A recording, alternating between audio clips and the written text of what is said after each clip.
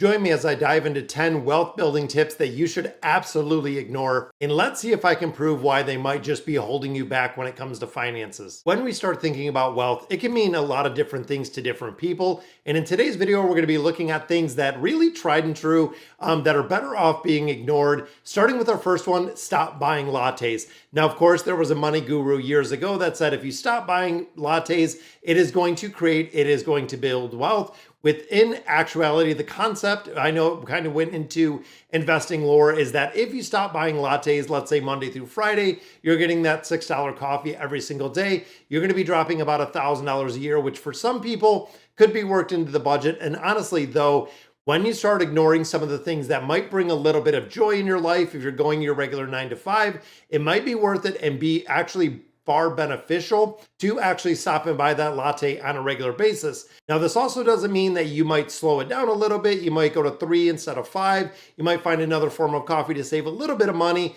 but actually skipping that latte could be detrimental, which is the reason why you should go ahead and ignore that. Second one we look at is always DIY for everything. When it comes to DIY, I love doing it myself. When you start thinking of YouTube just like this, you can find anything. If you want to talk about, repairing furniture to dismantling an HVAC system, you can find a DIY video somewhere on YouTube that is going to walk you through it kind of step by step. However, in the long run, it might not be very beneficial. When you start thinking of things that are incredibly complex, there's not a time where I'm going to be doing my own electrical work or my own plumbing just based on what I've seen on YouTube or other social media platforms, which is why DIY for everything might not be the best advice. And of course, getting a paid professional for a lot of things can make a really big difference. That not only do you have to continue to repair, but you get it repaired and you get it repaired correctly. And of course, guys, if you like the content that I'm putting out on the channel, definitely consider subscribing to the channel. Let's get into number 3. Following your passion. Now, of course, following your passion, just like we're doing here on YouTube, doesn't always have to feel like work and doesn't have to feel like work. If you follow your passion, the passion has to be able to pay for what you're doing. If you're going into something that you absolutely love to do, but there's zero money in it, you're not going to see any benefit. It just might be considered a hobby, then a career, or something that you're looking at. Many cases, that is what it is going to be. You have to really differentiate between a hobby, which is just going to be for you, it's not there to make money, and a passion or something that you could turn into a career that, of course, you're going to have fun with. And if you can get kind of the mesh of those two, just like I was saying with YouTube, if you can get where I love doing the financial education, I can monetize a channel, I can get a lot of feedback from this, and of course, you can get paid for it. It is really a very, very good blend when it comes to both of them. Following your passion, again, still pretty good, but you have to take it with a grain of salt if it can be successful. Next one we look at is skipping college. Now this, of course, when you start thinking of the trade schools and when you start thinking of college in general, it is super, super expensive. And this, of course, has to go hand in hand where if you're paying $200,000 for a college degree that is going to pay you, $45K a year, might not be worth it. But looking at trade schools, even looking at local community colleges, more in-state schools, you can save a ton of money to get a degree in the exact same thing that you wanted to at a much cheaper price tag. There's a point where, we're talking trillions of dollars at this point in student loan debt and college education, making sure that you get a quality education, but it doesn't mean you have to go to the really, really big expensive schools to go ahead and get that, making it a little bit more affordable, or even saving up for college yourself can make a big difference. And the next one I look at, which I do love, buying in bulk to save money.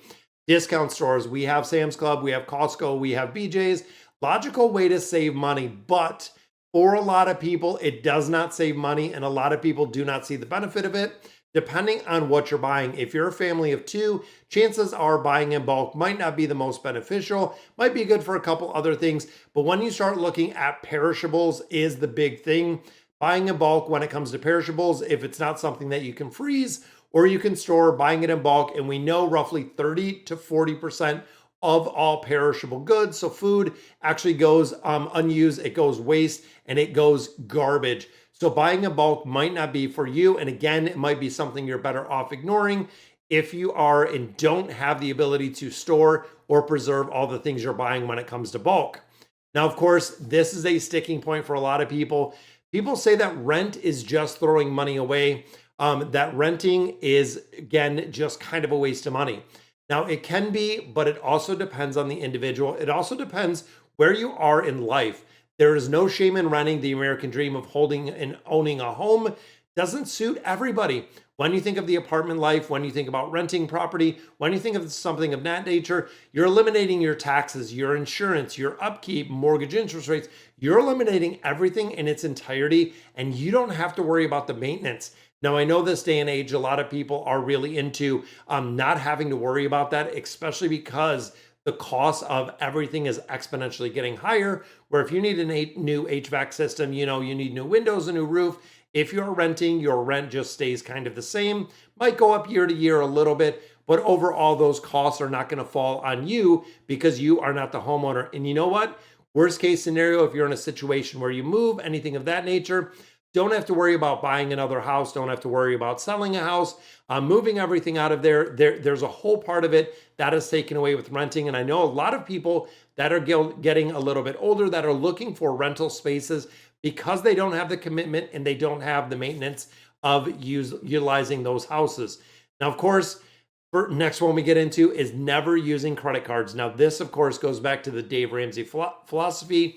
Credit cards are never meant to be used. For some people, credit cards might be it might be the only option if they're used in the right manner. Now, again, ignoring credit cards in your entirety could be detrimental because of the credit score and the impact you could have. And of course, guys, you can do things without a credit card, but it's a lot more difficult. There are a lot more hurdles. There's a lot more, really a lot more roadblocks that we see out there if you don't have a credit score, even when it comes to, getting an auto loan, getting a mortgage, anything of that nature.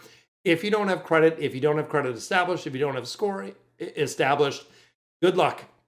It's going to be really hard, short of having, a really high income, short of having a lot of money down to kind of offset it. There are a couple things in there, but again, never using credit cards could be something that some people could ignore, but overall, having at least one for an emergency. And we've also noticed that when it comes to, let's say, hotel booking, car rentals, things of that nature, some places would not even take a debit card. Being in a financial industry, I've seen where places will not take debit cards. They want credit cards. That way there's not a cap or you can't remove the money that is in there. And of course, when you have a stronger credit score and it is much higher, you do get everything cheaper. With it being cheaper, the next one we look at is don't invest in stocks. Stocks come with risk. Risk comes with return. Return comes with money. That is one of the biggest things. When I say don't invest in stocks, stocks are high risk for the most part. And the reason being, when you look at an individual company where if I'm just investing into Apple, if I'm putting money just into Tesla, if I'm putting money just into individualized stocks, it is going to be a far greater level of risk than even I want to take. That is the reason why I focus my entirety into ETFs, 3 ETF portfolio. You could even do one.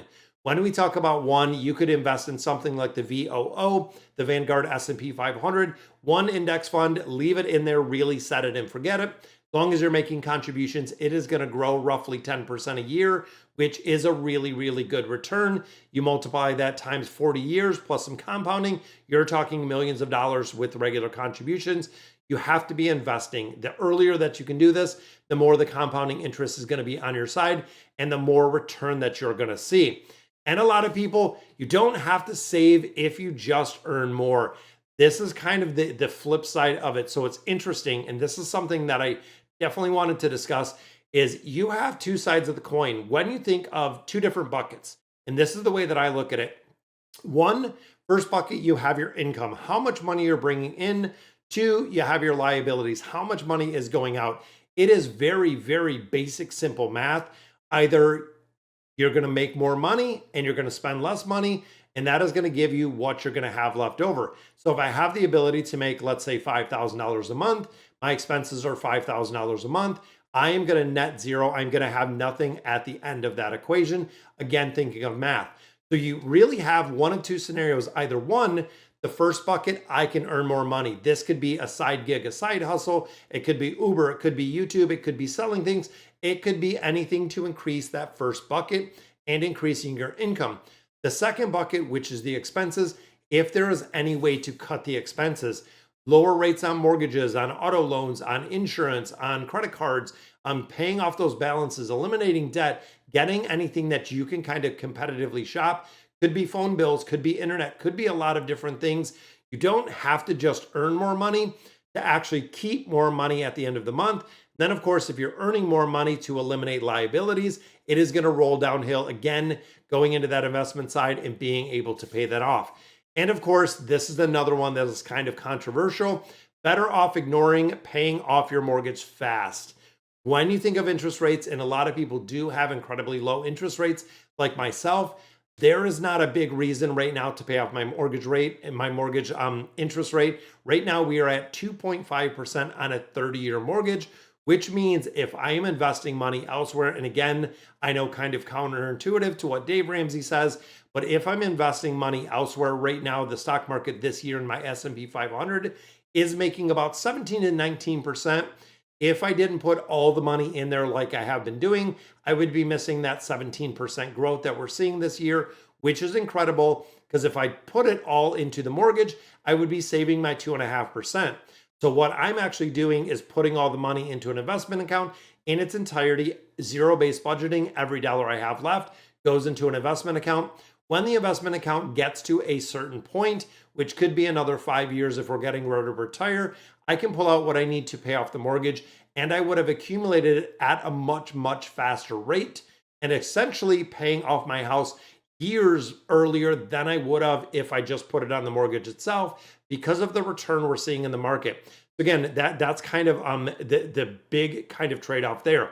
So looking at the bottom line, surface level financial advice isn't always what it seems, and it isn't that it really one size fits all. It really depends on your situation. For a lot of people, it's going to make sense to put more money into their mortgage. It's going to make sense to pay it down if you have a higher interest rate.